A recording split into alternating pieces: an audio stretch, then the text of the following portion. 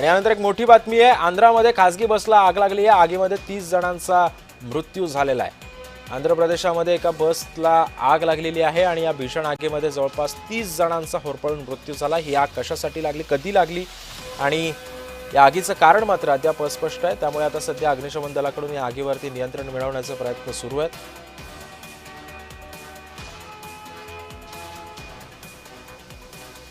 आंध्र प्रदेशामध्ये एका खासगी बसला ही आग लागलेली आहे आणि या आगीमध्ये जवळपास 30 जणांचा होरपळून मृत्यू झाला।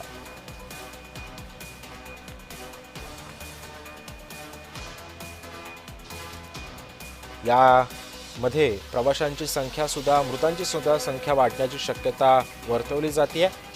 अनेक जण जखमी सुद्धा यामध्ये झालेले आहेत।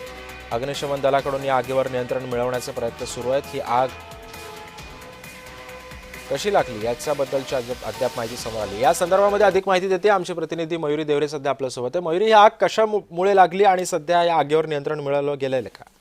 आपण बघू शकतो की आंध्र प्रदेशातील कुर्नूल या जिल्ह्यामध्ये एका खासगी बसला ही आग लागली होती।